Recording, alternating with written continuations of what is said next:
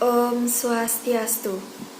Terima kasih atas kesempatan yang diberikan kepada kelompok 10 yang pada hari ini diberikan kesempatan untuk mempresentasikan materi mata kuliah belajar dan pembelajaran mengenai pendekatan pembelajaran terdiri dari pendekatan heuristik, ekspositorik, dan blended learning. Namun sebelum beranjak kepada presentasi, alangkah baiknya kami memperkenalkan diri terlebih dahulu. Perkenalkan rekan saya Novita Dwi Anggraini dengan NIM 2113 011009 dari kelas 2C Pendidikan Matematika. Kemudian ada saya sendiri Nikade Diah Meliani dengan NIM 2113 011012 dari kelas 2D Pendidikan Matematika. Dan rekan saya Iketut Wahyu Krisnayana dengan NIM 2113 011026 dari kelas 2D Pendidikan Matematika. Beranjak pada materi yang pertama, apa itu pendekatan pembelajaran? Berbicara tentang pengertian dari suatu hal, maka banyak sekali tokoh-tokoh dengan pendapatnya yang bisa kita petik. Salah satunya adalah pengertian pendekatan pembelajaran dari salah satu tokoh yaitu Suherman pada tahun 2003. Beliau berpendapat bahwa pendekatan pembelajaran merupakan suatu jalan, cara, atau kebijaksanaan yang ditempuh oleh tenaga pendidik atau peserta didik dalam pencapaian tujuan pembelajaran yang dapat dilihat dari sudut pandang bagaimana proses suatu pembelajaran atau materi bahan ajar pembelajaran tersebut umum ataukah khusus. Pengertian pendekatan pembelajaran juga bisa kita lihat dari suku kata pendekatan yang bisa kita analogikan sebagai sebuah kerangka filosofi yang menjadi dasar pijakan atau cara yang ditempuh oleh seseorang untuk mencapai sebuah tujuan.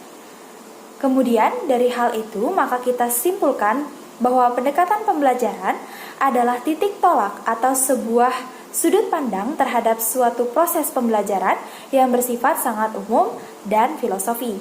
Tidak hanya bersifat umum dan filosofi, tetapi juga bersifat mewadahi, menginspirasi, menguatkan, dan melatar belakangi metode pembelajaran dengan cakupan teoritis untuk mencapai tujuan pembelajaran yang sudah ditetapkan. Pendekatan pembelajaran dapat dibedakan menjadi dua. Yang pertama adalah pendekatan pembelajaran berdasarkan proses, meliputi pendekatan yang berorientasi kepada tenaga pendidik atau lembaga pendidikan, di mana penyajian bahan ajar yang hampir semua kegiatannya dikendalikan oleh tenaga pengajar dan staf sekolah, sementara siswa dalam pendekatan ini terkesan pasif. Di sini, peran guru berperan sebagai fasilitator, pendamping, dan juga pembimbing, sedangkan siswa lebih besar berperan sebagai subjek yang mengikuti instruksi dari guru. Yang kedua adalah pendekatan pembelajaran berdasarkan segi materi, meliputi pendekatan konstekstual, di mana kegiatan pembelajaran ini lebih dirasakan oleh peserta didik melalui kegiatan yang dialami sendiri dalam lingkungan alamiah. Dalam pendekatan ini, pelaksanaan bahan ajar lebih sering dilakukan dalam bentuk tema-tema atau topik-topik masalah yang ada di sekitar peserta didik. Berdasarkan pendekatannya, kegiatan pembelajaran dapat dibagi menjadi dua. Yang pertama adalah pendekatan pembelajaran yang berpusat pada guru atau biasa kita sebut dengan teacher center, yaitu pembelajaran yang menempatkan posisi siswa sebagai objek di dalam proses kegiatan belajar dan kegiatan tersebut berjalan secara klasik. Dalam pendekatan ini, guru sebagai tenaga pendidik menempatkan diri sebagai orang yang serba tahu dan sebagai satu-satunya sumber belajar siswa. Sehingga dalam pendekatan ini, siswa tidak bisa melakukan kegiatan atau aktivitas yang mereka senangi, tetapi hanya bisa melakukan kegiatan atau aktivitas yang diinstruksikan oleh guru saja. Hal inilah yang menyebabkan tidak adanya kesempatan bagi siswa untuk melakukan kegiatan sesuai dengan minat bakat yang mereka senangi. Selanjutnya, ada pun ciri-ciri dari pendekatan pembelajaran teacher center ini, yaitu manajemen dan pengelolaan pembelajarannya tentunya ditentukan oleh guru dan juga staf sekolah secara sepenuhnya. Yang kedua adalah pendekatan pembelajaran yang berpusat kepada siswa atau student center. Jadi pendekatan pembelajaran ini menempatkan siswa sebagai subjek belajar dan kegiatan belajar tersebut bersifat modern. Berkebalikan dengan teacher center, student center ini memberikan kesempatan kepada siswa untuk bisa melakukan aktivitas atau kegiatan yang mereka senangi. Salah satu cirinya adalah manajemen dan pengelolaannya ditentukan oleh siswa, sehingga Siswa tersebut tentu memiliki kesempatan yang besar untuk melakukan aktivitas sesuai dengan minat dan bakatnya. Pada pendekatan jenis ini, guru harus mampu membuat suasana belajar menjadi proses interaksi antara siswa dengan tenaga pengajar, siswa dengan sumber belajar, serta medias, dan antara siswa dengan siswa lainnya. Selanjutnya, mari kita lihat tabel perbedaan antara pendekatan yang berpusat pada guru dan juga pendekatan yang berpusat kepada siswa. Yang pertama, jika pada teacher center lebih menekankan pada aspek pengetahuan atau transfer ilmu dari guru kepada siswa, maka pada student center lebih menekankan pada aspek sikap dan juga psikomotorik. Jika pada teacher center guru menjadi satu-satunya sumber belajar, maka pada student center guru berperan sebagai fasilitator dalam kegiatan pembelajaran. Dalam teacher center proses pembelajaran dikendalikan sepenuhnya oleh guru, maka dalam student center proses pembelajaran didominasi peserta didik atau siswa. Jika guru menjadi subjek dan peserta didik menjadi objek, maka pada student center guru dan peserta didik menjadi subjek dalam proses pembelajaran. Sedangkan masalah yang terkait dengan materi pembelajaran dan kompetensi yang ingin dicapai adalah objeknya. Yang terakhir, jika pada teacher center model pembelajaran yang dipakai adalah model pendidikan gaya bank, yaitu model pembelajaran yang dilakukan dengan menanamkan pengetahuan kepada siswa sebanyak-banyaknya, maka pada student center model pembelajaran yang digunakan adalah model pembelajaran kontekstual, yaitu kegiatan pembelajaran yang lebih dirasakan oleh siswa melalui kegiatan yang dialami sendiri dalam lingkungan alamiah. Selanjutnya adalah mengenai macam-macam pendekatan pembelajaran. Ada beberapa macam pendekatan pembelajaran yang digunakan dalam kegiatan belajar mengajar. Yang pertama adalah pendekatan kontekstual. Pendekatan kontekstual adalah pendekatan di mana siswa belajar lebih bermakna ketika siswa mengalami sendiri melalui kegiatan-kegiatan dalam lingkungan alamiah. Kemudian yang kedua adalah pendekatan konstruktivisme. Konstruktivisme merupakan landasan berpikir pendekatan kontekstual, di mana pendekatan tersebut dibangun oleh manusia sedikit demi sedikit dan hasilnya diperluas melalui konteks yang terbatas dan tidak dengan tiba-tiba. Yang terakhir adalah pendekatan deduktif-induktif.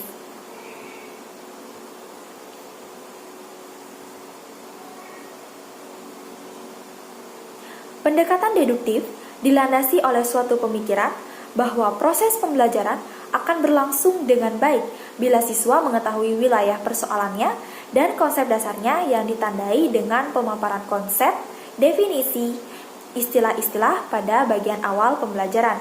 Yang kedua adalah pendekatan induktif. Pendekatan induktif memiliki ciri utama yaitu mengolah informasi dengan menggunakan data untuk memperoleh konsep atau mencerna sebuah pengertian, di mana data-data tersebut dapat berupa data primer atau dapat pula berupa kasus-kasus yang terjadi secara nyata di lingkungan sekitar peserta didik. Untuk materi selanjutnya akan dilanjutkan oleh rekan saya. Terima kasih. Baik, langsung saja untuk materi yang kedua, yakni karakteristik pendekatan heuristik dalam pembelajaran. Nah, kata heuristik sendiri berasal dari bahasa Yunani yaitu heuriskin, yang berarti saya menemukan. Menurut Rusyan 1993, pengertian ini adalah semacam fakta psikologi yang muncul sebagai kodrat manusia yang memiliki nafsu untuk menyelidiki sejak bayi. Keinginan memperoleh pengetahuan dan informasi dari orang lain adalah dorongan wajar yang terdapat pada setiap manusia. Pendekatan heuristik ini dipromosikan oleh Profesor Armstrong pada abad ke-19. Menurut pendekatan ini, peserta didik sendiri harus menemukan fakta dari ilmu pengetahuan tersebut. Strategi pembelajaran yang diturunkan dari pendekatan heuristik adalah merancang pembelajaran dari berbagai aspek pembentukan sistem instruksional, fakta, prinsip, dan konsep yang siswa butuhkan. Nah, pendekatan heuristik ini adalah pendekatan pengajaran yang menyajikan sejumlah data dan siswa diminta untuk membuat kesimpulan menggunakan data-data tersebut. Implementasi pendekatan heuristik didasarkan pada dua metode, yaitu yang pertama metode penemuan dan metode inquiry. Nah, metode penemuan didasarkan pada anggapan bahwa materi suatu bidang studi tidak saling lepas dan terdapat keterkaitan antara materi-materi tersebut.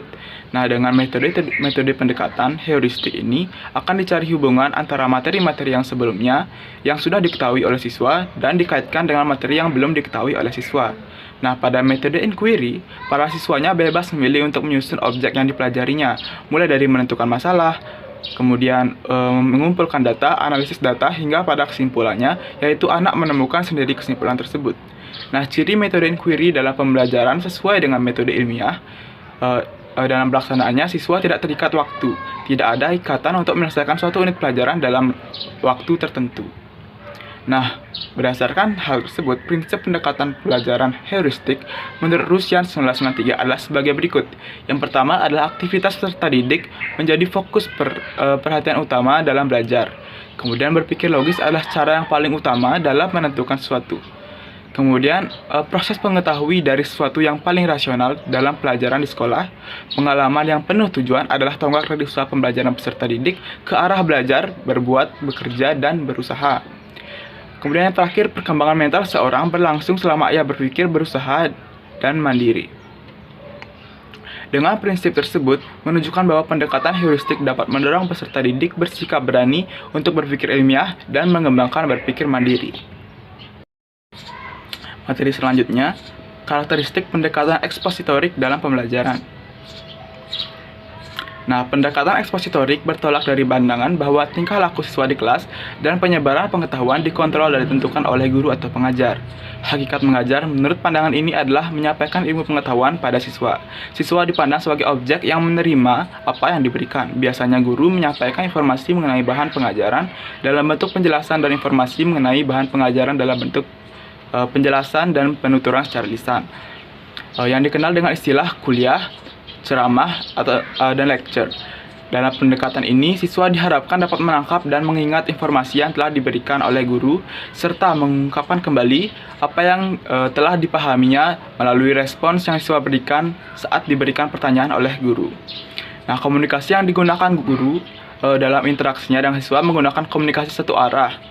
Oleh sebab itu, kegiatan belajar siswa kurang optimal sebab terbatas pada mendengarkan uraian guru, mencatat, dan sekali-sekali bertanya pada guru. Guru yang kreatif biasanya dapat memberikan informasi dan penjelasan kepada siswa menggunakan alat bantu seperti gambar, bagan, grafik, dan lain-lain, di samping memberikan kesempatan kepada siswa mengajukan pertanyaan. Nah, kegiatan bersifat menerima terjadi pada pendekatan ini karena guru menggunakan pendekatan mengajar yang bersifat ekspositorik baik pada tahap perencanaan maupun pada tahap kepelaksanaannya. Pendekatan ekspositorik menempatkan guru sebagai pusat pengajaran karena guru lebih efektif memberikan informasi, menerangkan suatu konsep, mendemonstrasikan keterampilan dalam peroleh pola, aturan, dalil, dan memberi contoh soal beserta penyelesaiannya, memberikan kesempatan siswa untuk bertanya dan kegiatan guru lainnya yang dalam pembelajaran ini.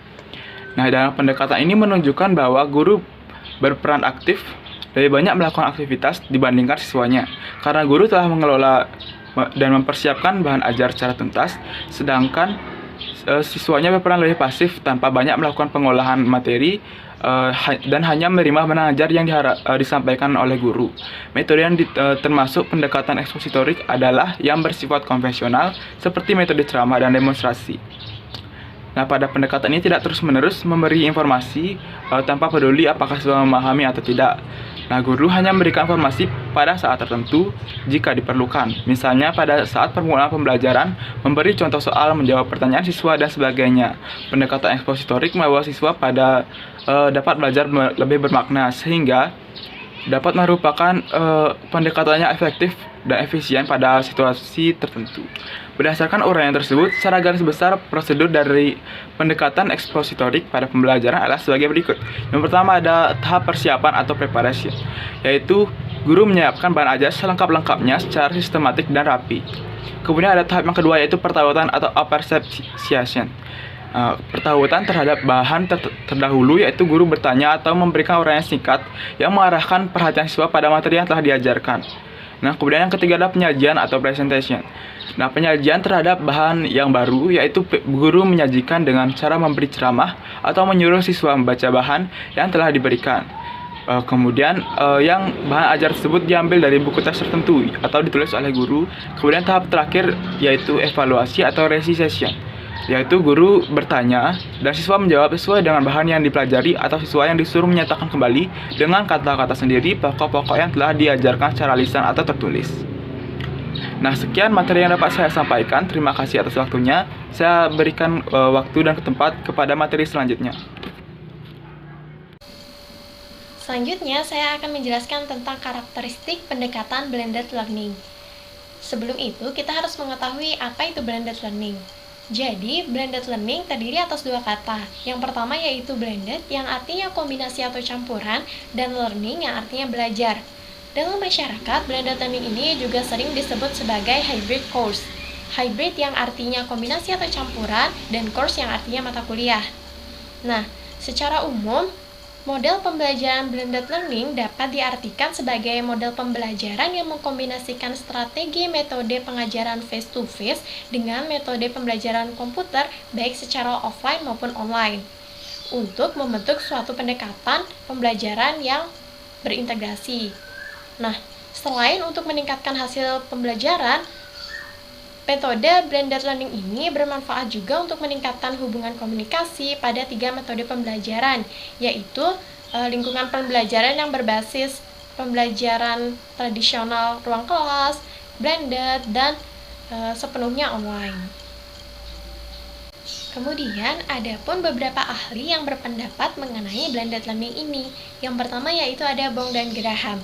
Mereka berpendapat bahwa blended learning didefinisikan sebagai sistem belajar yang dilakukan dengan menggabungkan pembelajaran face-to-face dengan pembelajaran berdimensi teknologi. Nah, selanjutnya yaitu menurut Driscoll. Beliau berpendapat bahwa blended learning merupakan pembelajaran yang mengkomunikasikan atau menggabungkan berbagai teknologi berbasis web untuk mencapai tujuan pendidikan. Kemudian yang ketiga ada Thorne. Beliau mendefinisikan blended learning sebagai campuran dari teknologi e-learning dan multimedia seperti video streaming, virtual class, animasi teks online yang dikombinasikan dengan bentuk-bentuk tradisional pelatihan di kelas. Kemudian yang keempat ada Garner dan Oke. Beliau berpendapat bahwa pembelajaran blended learning merupakan sebuah lingkungan pembelajaran yang dirancang dengan menyatukan pembelajaran tatap muka atau face-to-face dengan pembelajaran online yang bertujuan untuk meningkatkan hasil belajar peserta didik. Yang kelima ada Heinze A dan Proteksi. Beliau menyatakan bahwa blended learning adalah campuran dari berbagai strategi pembelajaran dan metode penyampaian yang akan mengoptimalkan berbagai strategi bagi penggunanya. Dan yang terakhir ada pendapat menurut Harding, Kiski, dan Wood. Mereka berpendapat bahwa blended learning merupakan pendekatan pembelajaran yang mengintegrasikan pembelajaran tradisional tatap muka dan pembelajaran jarak jauh yang menggunakan sumber belajar online dan beragam pilihan komunikasi yang dapat digunakan oleh pendidik dan peserta didik. Selanjutnya yaitu konsep pembelajaran blended learning, di mana dalam blended learning terdapat 4 konsep pembelajaran. Yang pertama yaitu menggabungkan atau mencampurkan metode teknologi yang berbasis web, misalnya seperti kelas virtual langsung, pembelajaran kolaboratif, streaming video, audio, maupun teks. Yang kedua, menggabungkan pendekatan pedagogis, misalnya seperti kognitivisme, konstruktivisme, behaviorisme, untuk menghasilkan pembelajaran yang optimal dengan atau tanpa penggunaan teknologi. Dan yang ketiga, menggabungkan segala bentuk teknologi pembelajaran, misalnya seperti videotape, CD-ROM, pelatihan berbasis web, film dengan pimpinan instruktur tatap muka. Yang keempat yaitu mengkolaborasikan penggunaan teknologi pembelajaran yang sebenarnya untuk menciptakan efek pembelajaran dan kerja yang harmonis. Nah, dari konsep pembelajaran blended learning ini, maka akan tercipta sebuah interaksi, di mana terjadi 4 jenis interaksi. Yang pertama yaitu interaksi peserta didik dengan konten yang merujuk pada penggunaan yang terkait dengan informasi instruksional. Yang kedua, interaksi peserta didik dengan intervensi teknologi, yaitu penggunaan teknologi dalam pembelajaran atau interaksi peserta didik dengan intervensi teknologi. Yang ketiga, yaitu interaksi pendidik dengan peserta didik, yaitu interaksi ketika cara pendidik mengajar, membimbing, dan mendukung peserta didik. Dan yang keempat, yaitu interaksi peserta didik satu dengan peserta didik lainnya. yaitu cara peserta didik dalam berkomunikasi dengan sesama peserta didik lainnya dalam proses pembelajaran. Selanjutnya yaitu prinsip blended learning, di mana prinsip blended learning ini merupakan komunikasi antara pertemuan pembelajaran tatap muka dengan kombinasi tertulis online, di mana konsep pembelajaran prinsip blended learning ini merupakan konsep yang sederhana, namun dalam pelaksanaannya begitu kompleks. Maka dari itu, para pendidik diharapkan mempunyai mutu pembelajaran yang tinggi. Nah, adapun prinsip-prinsip pembelajaran blended learning ini yang pertama yaitu pemikiran dengan menggabungkan pembelajaran online dengan pembelajaran tatap muka. Yang kedua, pemikiran ulang yang mana dalam pendesain pembelajaran ingin melibatkan siswa dalam proses pembelajaran. Yang ketiga, mengatur ulang pembelajaran tradisional. Selanjutnya yaitu karakteristik blended learning. Dalam pembelajaran blended learning tentunya memiliki karakteristik tertentu yang berbeda dengan pendekatan lainnya. Yang pertama yaitu proses pembelajaran yang menggabungkan berbagai model pembelajaran, gaya pembelajaran, serta penggunaan berbagai media pembelajaran berbasis teknologi dan komunikasi. Yang kedua, perpaduan antara pembelajaran mandiri via online dengan pembelajaran tatap muka, guru dengan siswa, serta penggabungan pembelajaran mandiri. Yang ketiga, pembelajaran didukung dengan pembelajaran yang efektif dari cara penyampaian, cara belajar, dan gaya pembelajarannya. Yang keempat yaitu blended learning, di mana orang tua dan guru juga mempunyai peran penting dalam pembelajaran anak didik. Guru merupakan fasilitator, sedangkan orang tua berperan sebagai motivator dalam pembelajaran anaknya. Kemudian, adapun unsur-unsur blended learning. Dalam pembelajaran blended learning ini tentunya terdiri atas 6 unsur. Yang pertama yaitu pembelajaran tatap muka, di mana dalam pembelajaran tatap muka ini, pendidik berperan sebagai sumber belajar utama. Di mana pendidik menyampaikan pembelajaran, melakukan tanya jawab, diskusi, memberi bimbingan, tugas-tugas, ujian, dan sebagainya. Di mana dalam pembelajaran tatap muka ini dilakukan secara sinkronus, yang artinya semua proses belajar dapat dilakukan pada waktu dan tempat yang sama. Yang kedua yaitu pembelajaran mandiri. Dalam mengakomodasi perbedaan individual dalam proses perkembangan kecepatan proses belajar siswa, cara yang dapat dilakukan oleh pendidik yaitu memberikan tugas belajar mandiri seperti memberikan lembar kerja siswa yang bertujuan agar siswa yang berlainan karakteristik kecerdasannya akan belajar sesuai dengan kecepatan belajarnya. Nah, dalam pembelajaran basis blended learning ini, pendidik harus menyediakan sumber belajar yang banyak karena sumber-sumber tersebut tidak hanya terbatas pada sumber belajar yang dimiliki oleh pendidik, namun terdapat juga perpustakaan, lembaga pendidikan, sumber belajar yang ada di perpustakaan seluruh dunia. Yang ketiga yaitu pembelajaran berbasis masalah, di mana pembelajaran berbasis masalah ini peserta didik akan secara aktif mendefinisikan masalah, mencari berbagai alternatif pemecahan masalah, melacak konsep, prosedur, prinsip yang dibutuhkan untuk memecahkan masalah tersebut. Nah, yang keempat ada pembelajaran tutorial, di mana dalam pembelajaran berbasis komputer akan memerlukan kegiatan tutorial tatap muka. Namun, sifat tutorial berbeda dengan pembelajaran tatap muka konvensional. Pada tutorial, peserta didik berperan aktif untuk menyampaikan masalah yang dihadapi. Seorang pendidik akan berperan sebagai tutor yang membimbing. Yang kelima yaitu pembelajaran kolaborasi, di mana keterampilan kolaborasi menjadi bagian penting dalam pembelajaran berbasis blended learning. Dalam proses pembelajaran blended learning, peserta didik akan bekerja secara mandiri dan berkolaborasi.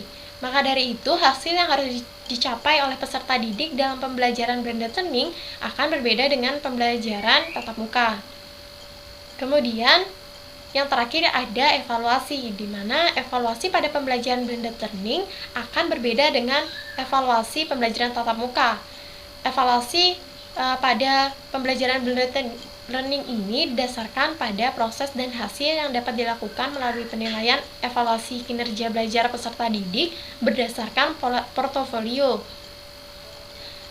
Namun, tidak hanya itu, penilaian perlu melibatkan bukan hanya otoritas pendidik, namun perlu ada penilaian diri oleh peserta didik maupun penilaian peserta didik lain.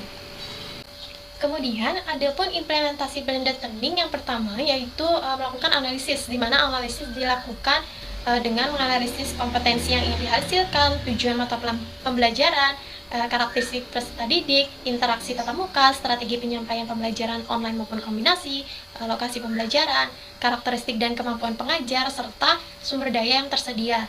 Nah, dari penganalisisan tersebut akan dapat diambil sebuah tujuan yang hendak dicapai. Nah, melalui analisis dan tujuan yang telah menjadi pertimbangan sebelumnya, maka pendidik akan dapat menentukan komposisi pembelajaran yang paling tepat.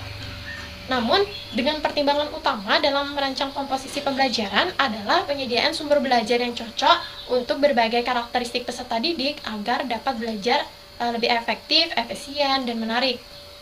Nah, komposisi blended learning yang paling sering digunakan yaitu 50/50, artinya dari alokasi waktu yang disediakan 50% untuk kegiatan pembelajaran tatap muka dan 50% dilakukan pembelajaran online. Ataupun ada komposisi 75/25 yang artinya 75% pembelajaran tatap muka dan 25% pembelajaran online. Nah, dan yang terakhir yaitu dalam skenario pembelajaran berikutnya tentu pendidik harus mampu memutuskan disesuaikan dengan tujuan yang mana yang dilakukan dengan pembelajaran tatap muka atau bagian mana yang harus dilakukan secara offline maupun harus dilakukan secara online. Kemudian, peran pendidik dalam implementasi ini juga sangat penting, di mana peran pendidik dalam pembelajaran berbasis blended learning sangat penting dalam mengelola pembelajaran. Di samping memiliki keterampilan mengajar, menyampaikan isi pembelajaran secara tatap muka, pengajar juga harus memiliki pengetahuan dan keterampilan dalam mengembangkan sumber daya berbasis komputer dan keterampilan untuk mengakses internet. Kemudian dapat menggabungkan 2 atau lebih metode pembelajaran tersebut. Nah, adapun peran dari peserta didik juga sangat penting, yaitu berupa partisipasi peserta didik merupakan faktor yang sangat penting dalam implementasi blended learning ini. Sukses atau tidaknya implementasi blended learning yang telah dilakukan dapat dilihat dari tingkat partisipasi siswa baik secara kelas online maupun offline. Nah, terdapat 3 kriteria yang dapat dijadikan ukuran untuk mengevaluasi model pembelajaran blended learning. Yang pertama yaitu ada efektivitas, di mana efektivitas ini merujuk seberapa baik siswa dapat memahami materi dan pencapaian sasaran pembelajaran. Yang kedua yaitu ada partisipasi yang merujuk pada aspek emosional dan mental yang mendorong keinginan siswa untuk mengembangkan diri melalui pengalaman belajar. Yang ketiga yaitu ada efisiensi yang merujuk pada sumber daya berupa alokasi waktu, pendidik, investasi dana, infrastruktur yang digunakan untuk mengembangkan dan implementasi blended learning. Selanjutnya, saya akan menjelaskan tentang keunggulan dan kelemahan pendekatan heuristik, expositorik, dan blended learning. Nah, yang pertama yaitu pendekatan heuristik. Seperti yang telah dijelaskan sebelumnya, bahwa pendekatan heuristik adalah pendekatan pembelajaran yang menyajikan sejumlah data dan siswa diminta untuk membuat kesimpulan menggunakan data tersebut. Pendekatan heuristik ini menuntut pendidik terampil merangsang peserta didik untuk mengungkapkan ide dan mengaktifkan peserta didik dalam proses pembelajaran. Nah, dalam pelaksanaan pendekatan heuristik ini tentunya memiliki kelebihan dan kekurangan. Nah, di mana keunggulannya yang pertama yaitu siswa dapat berpartisipasi aktif dalam pembelajaran. Yang kedua, dapat menumbuhkan sekaligus menanamkan sikap inquiry, yaitu mencari temukan. Yang ketiga, mendukung kemampuan siswa. Yang keempat, materi yang dipelajari dapat mencapai tingkat kemampuan yang tinggi dan lebih lama membekas karena siswa dilibatkan dalam proses penemuannya. Lalu, adapun kelemahan pendekatan heuristik, yaitu yang pertama, untuk mencari materi tertentu, siswa dapat mengikuti pelajaran dengan cara ini. Di lapangan, beberapa peserta masih terbiasa dan mudah mengerti dengan model ceramah. Yang kedua, pendekatan ini kurang cocok bagi peserta didik yang lamban. Dan yang ketiga, tidak semua topik cocok disampaikan dengan pendekatan heuristik. Selanjutnya yaitu pendekatan ekspositorik, di mana pendekatan ekspositorik ini bertolak dari pandangan bahwa tingkah laku peserta didik di kelas dan penyebaran pengetahuan dikontrol dan ditentukan oleh pendidik. Hakikat mengajar dalam pendekatan ekspositorik yaitu menyampaikan ilmu pengetahuan kepada peserta didik, di mana peserta didik dipandang sebagai objek yang menerima apa yang telah diberikan. Nah, adapun keunggulan dari pendekatan ekspositorik yang pertama yaitu siswa tidak hanya dapat melihat suatu pelajaran, tetapi dapat juga melihat atau mengobservasi melalui demonstrasi. Yang kedua, pendidik mudah menerangkan pembelajaran dengan baik serta dapat dengan mudah menyatu dengan kelas. Yang ketiga, pendekatan ekspositorik sangat efektif bila materi pembelajaran cukup luas sementara waktu terbatas. Nah, yang keempat, dapat diterapkan dan diikuti oleh siswa dengan jumlah yang besar. Lalu, adapun kelemahan dalam pendekatan ekspositorik ini yaitu yang pertama, keberhasilan pendekatan ekspositorik sangat bergantung kepada pengetahuan yang dimiliki oleh guru atau pendidik. Yang kedua, gaya pendekatan satu arah mengakibatkan pengetahuan yang dimiliki oleh siswa menjadi terbatas. Dan yang ketiga, sulit mengembangkan kemampuan siswa dalam bersosialisasi. Lalu, pendekatan ini hanya dapat dilakukan terhadap siswa yang memiliki kemampuan mendengar dan menyimak secara baik. Dan yang terakhir, siswa menjadi pasif atau kurang aktif dalam aktivitas kelas. Yang terakhir yaitu ada pendekatan blended learning, di mana orang tua berperan sebagai motivator dan guru berperan sebagai fasilitator yang berperan penting dalam pembelajaran peserta didik dengan mengkombinasikan strategi metode pengajaran face-to-face dengan metode pengajaran komputer baik secara online maupun offline untuk membentuk suatu pendekatan pembelajaran yang berintegrasi dan peserta didik berperan untuk bekerja secara mandiri dan berkolaborasi aktif. Nah, adapun keunggulan dan kelemahan dari pembelajaran pendekatan blended learning ini. Yang pertama yaitu keunggulannya, yaitu mempercepat proses pembelajaran dengan menggunakan teknologi sehingga lebih efisien. Yang kedua, mampu mengembangkan cara berpikir aktif dan inovatif bagi pendidik maupun peserta didik, menumbuhkan rasa ingin tahu dan jiwa mandiri. Lalu, kemudahan implementasi sehingga proses belajar mengajar menjadi lebih fleksibel. Yang kelima, memperluas jangkauan pembelajaran dan pelatihan, efisiensi biaya, dan menyesuaikan berbagai kebutuhan peserta didik. Lalu, yang terakhir yaitu meningkatkan daya tarik pembelajaran. Lalu, adapun kelemahan dari pendekatan blended learning ini, yang pertama yaitu menyebabkan lambannya nilai-nilai sosialisasi dalam diri peserta didik. Yang kedua, cenderung menjadikan proses belajar menjadi ke arah pelatihan. Dan yang terakhir, siswa yang tidak memiliki motivasi belajar yang tinggi akan cenderung gagal. Berakhir pula pembahasan materi yang dapat kelompok penyaji sampaikan. Adapun kesimpulan yang dapat kita ambil dalam penyajian materi pada hari ini yaitu pendekatan pembelajaran adalah titik tolak atau sebuah sudut pandang terhadap suatu proses pembelajaran yang bersifat sangat umum dan filosofi. Pendekatan dalam pembelajaran dapat diberikan menjadi dua jenis, yakni pendekatan pembelajaran yang berpusat pada guru atau yang disebut dengan teacher centered dan pendekatan pembelajaran yang berpusat pada siswa atau student centered. Selain itu, pendekatan pembelajaran yang digunakan pada kegiatan belajar mengajar yakni pendekatan konstekstual, pendekatan konstruktivisme, dan pendekatan deduktif-induktif. Pendekatan heuristik adalah pendekatan pengajaran yang menyajikan sejumlah data dan siswa diminta untuk membuat kesimpulan menggunakan data tersebut. Pendekatan ekspositorik dalam pembelajaran menunjukkan bahwa guru berperan aktif lebih banyak melakukan aktivitas dibandingkan siswanya. Lalu, pendekatan pembelajaran blended learning merupakan model pembelajaran yang mengkombinasikan strategi metode pengajaran face-to-face dengan metode pembelajaran komputer baik secara offline maupun online untuk membentuk suatu pendekatan pembelajaran yang berintegrasi. Pendekatan heuristik, ekspositorik maupun blended learning memiliki keunggulan dan kelemahannya masing-masing. Oleh karena itu, penting bagi pendidik untuk menguasai ketiga pendekatan pembelajaran ini agar dapat beradaptasi dengan kebutuhan saat pembelajaran berlangsung.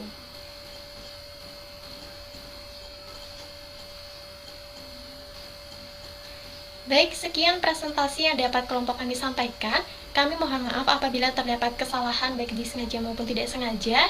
Atas perhatian rekan-rekan, terima kasih.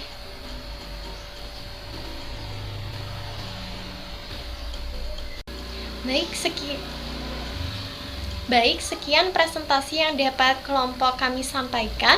Kami mohon maaf apabila terdapat kesalahan kata. Atas perhatian teman-teman, kami ucapkan terima kasih. Saya tutup dengan Paramasanti. Om Santi Santi Santi Om.